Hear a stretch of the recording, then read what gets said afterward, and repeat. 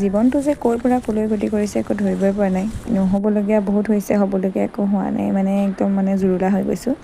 কালি আকৌ গৈছিলোঁ ডক্টৰৰ ওচৰলৈ, মানে ডাক্তৰৰ ওচৰলৈ। স্কুলৰ পৰা আহি পেলাই ভাত কেইটামান খালোঁ বাৰু দেই, খাই লৈ পেলাইহে আকৌ যাবলৈ বুলি ওলালোঁ। তাৰপাছত প্ৰায় 4:10 মই ঘৰৰ পৰা গৈছিলোঁগৈ, আৰু গৈ পোৱাৰ সময়তে মানে পেচেণ্ট সোমাই আছিলোঁ। বহুত সময় ৰৈ আৰু ফাইনেলি মোৰ সিংহাসনত উঠাৰ সময়, আৰু এনাস্থেচিয়া দিয়াৰ টাইমত মানে মোৰ বহুত কালি কিবা এটা হৈ গৈছিলে। কি হৈছিলে মই নিজে নাজানো। মোৰ বুকুখন বহুত বেছি ধপধপাইছিলে, লগতে হাতটো মানে খুব বেছি কঁপিবলৈ ধৰিছিলে।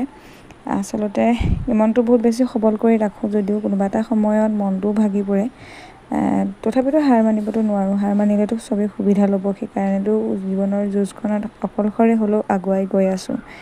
কিন্তু তাৰ মাজতো মানুহে কিন্তু বিভিন্ন ধৰণৰ কথা ক'বলৈ নেৰে, আৰু এইবোৰ স্বভাৱগত কথা। মানুহে যি স্বভাৱ লৈ আহিছে সেই স্বভাৱ লৈয়ে এই পৃথিৱীৰ পৰা যাবগৈ। কোনোদিন সেই স্বভাৱৰ পৰা মুক্ত হ'ব নোৱাৰে। আৰু ময়ো মোৰ শৰীৰটোৰ ক্ষেত্ৰত বহুত বছৰ ধৰি একো গুৰুত্ব দিয়া নাছিলোঁ, কিন্তু এতিয়া নহ'ব, আৰু গুৰুত্বটো নিজৰ ওপৰতে আৰোপ কৰিব লাগিব। আনৰ কথা ভাবি চিন্তি সময় পাৰ নকৰোঁ। ইয়াত এক্সৰে কৰি থৈছিলে, তাকে বোলো অকণমান দেখাইছোঁ। আজৰি হোৱালে আকৌ গধূলিয়ে হ'ল।